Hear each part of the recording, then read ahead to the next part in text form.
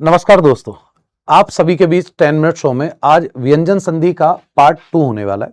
व्यंजन संधि का पार्ट 1 मैंने आपको बताया था, तीसरे और पांचवें अल्फाबेट का परिवर्तन पहले वर्ण में होता है। अभी हम कुछ नया करने वाले हैं। क्या कुछ करने वाले हैं? तो व्यंजन संधि का जो नया नियम है ना, वो ये है कि अगर किसी संधि शब्द में, संधि शब्द होता है जुड़ा हुआ शब्द, संधि शब्द में अगर न आएगा तो संधि विच्छेद में उसके स्थान पर न लगा के हलंत लगा देना या हलंत मत लगाना, इस तरह से लिख देना। कहां हलंत लगेगा कहां नहीं लगेगा ये मैं जस्ट आपको अभी बताता हूं। आइए शुरू करते हैं। इसका नियम क्या है? देखो, जैसे ये प्रणाम शब्द लिखा हुआ है, तो प्रणाम शब्द में आपको कुछ नहीं करना है गाइस। जो चेंजेस करने हैं वो किस में करने हैं? केवल अड़य में। अड़य का आपको क्या बनाना है? केवल नय बनाना है। अब एक बात आप लोग हमेशा ध्यान रखिएगा इस संधि के बारे में, जो संधि है जो आपको बताई गई है, कि इसमें क्या होता है कि इसमें बेटा जो ये प्र लिखा हुआ है, ये प्र उपसर्ग की तरह प्रयोग हो रहा है। तो उपसर्ग के बाद जस्ट बाद में प्लस लगता है, और ये जो लिखा हुआ है इसके यहां लिखने से ये शब्द सार्थक बनेगा। इसलिए हम क्या करेंगे? प्र प्लस नाम होंगे। हलंत यहां नहीं लगेगा, क्योंकि हलंत या तो शब्द के लास्ट अल्फाबेट पे लगता है या फिर इंडिविजुअली में लगता है। शुरू में हम हलंत नहीं लगा सकते हैं, ठीक है। प्रमाण शब्द लिखा हुआ है, तो इसमें भी ये वाला जो न है इसको आप किस में परिवर्तित करोगे? न में हलंत लगा दोगे। यहां लगा सकते हो, कोई दिक्कत नहीं है। ये प्र इसमें भी क्या है? आपके लिए उपसर्ग का काम कर रहा है, तो प्र प्लस ये जो मां लिखा हुआ है ना इस तरह से, यहां ये वाला ये आप यहां लिख दोगे। ये इसका संधि विच्छेद एकदम शुद्ध वाला होगा। लास्ट में है इसलिए अल्फाबेट, इस अल्फाबेट पर, इस वर्ण पर व्यंजन नीचे हलंत लगाया हुआ है।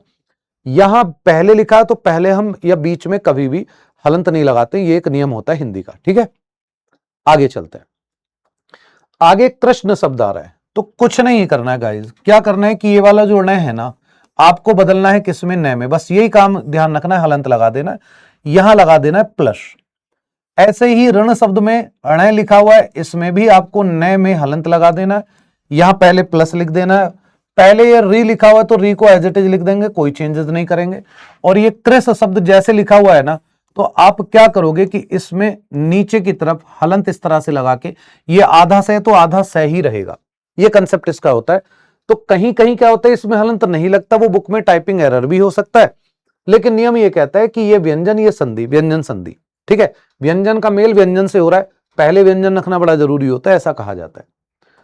आगे चलते हैं। एक और नियम आज, क्योंकि आज की इस वीडियो में आपको 2 नियम मिलेंगे, छोटे छोटे से नियम है। क्या नियम है? ये भी बहुत आसान नियम है कि अगर किसी संधि शब्द में आपको ये वाला स दिखाई देता है, संधि विच्छेद करते समय आप ये वाला स बनाओगे, मतलब इसको आपको क्या बनाना है? केवल ये बनाना, बाकी कोई चेंज इसमें नहीं करना है। ध्यान रखना, मैं संधि शब्द अगर बोल रहा हूं इसका मतलब सीधा सीधा सा है कि जो जुड़ा हुआ शब्द है उसकी मैं बात कर रहा हूं। आगे चलते हैं, इसमें देखते हैं क्या है। देखो, ये दोनों संधि शब्द हैं, विषम और अभिषेक दोनों जुड़े हुए लिखे हुए, दोनों जुड़े हुए शब्द, जुड़े हुए शब्दों को हम संधि शब्द कहते हैं। क्या करना है कि ये वाला जो स है ना, इसको आपको केवल ये वाला स बनाना है, इसके पहले प्लस लगा देना है। ये वाला जो स लिखा हुआ है गाइज, इसको भी आपको यहां स में बदलना है और प्लस लगा देना है। आगे क्या करें गुरुजी? आगे कुछ नहीं करना है भाई। ये वी उपसर्ग की तरह प्रयोग हो रहा है, तो वी को पहले लिख दो उपसर्ग की तरह, ये मैं आप यहां लिख दो, कोई चेंज मत करो। सम माने बराबर, बी माने नहीं, जो बराबर नहीं है वो भी सम है, जो सम नहीं है वो भी सम है। आगे अभी जो है वो उपसर्ग की तरह प्रयोग हो रहा है गाइज, तो अभी हमने यहां लिख दिया है। ये जो मात्रा और क्या लिखा हुआ है ना, इसको आप एज इट इज लिख दो, कोई चेंज मत करो। बहुत आसान संधि होती है, बहुत आसान संधि विच्छेद होता है। बस मैटर है जानना यह है कि हम कैसे इसको इजीली कर सकते हैं, ठीक है। थोड़ा सा और आगे चलेंगे। अनुसंग और अभिसिप्त लिखा हुआ है, तो अनुसंग में भी आप लोगों को क्या करना है गाइज कि ये वाला जो स है, देखो ध्यान रखना, इसमें कंसेप्ट चलता है सीधा सीधा। कंसेप्ट क्या चलता है कि जो चीज परिवर्तित होनी हो, चेंज होनी हो, केवल वही होगी। ये अनुस्वार और ग लिखा हुआ है, तो इसको आपको एज इट इज लिखना है, कोई चेंज नहीं करना है।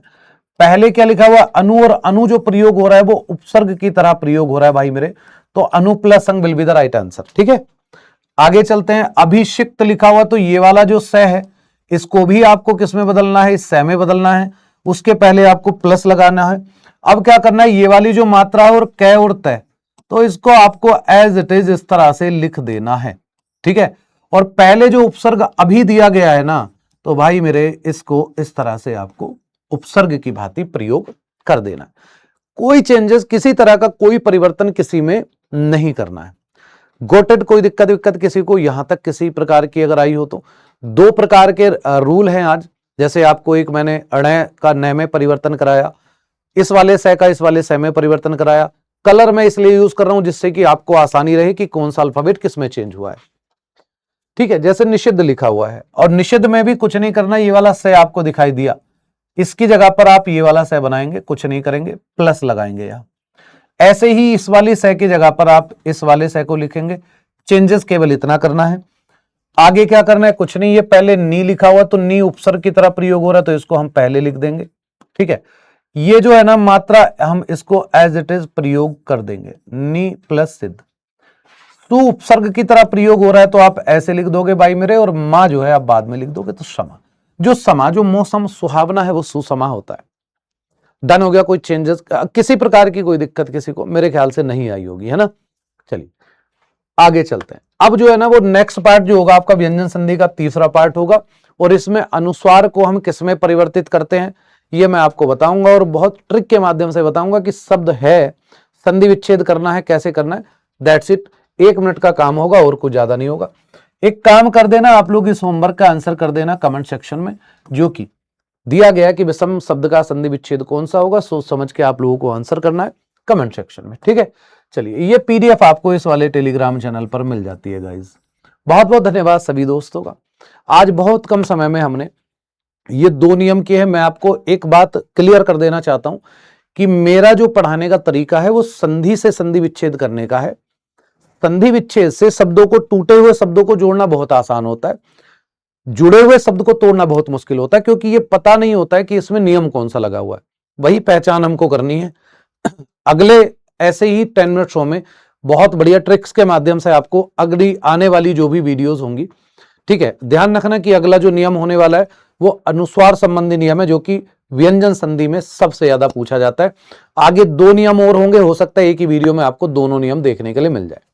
चलते हैं अगले सेशन में। सभी को प्यार भरा नमस्कार, राम राम, राधे राधे, जय हिंद, जय भारत।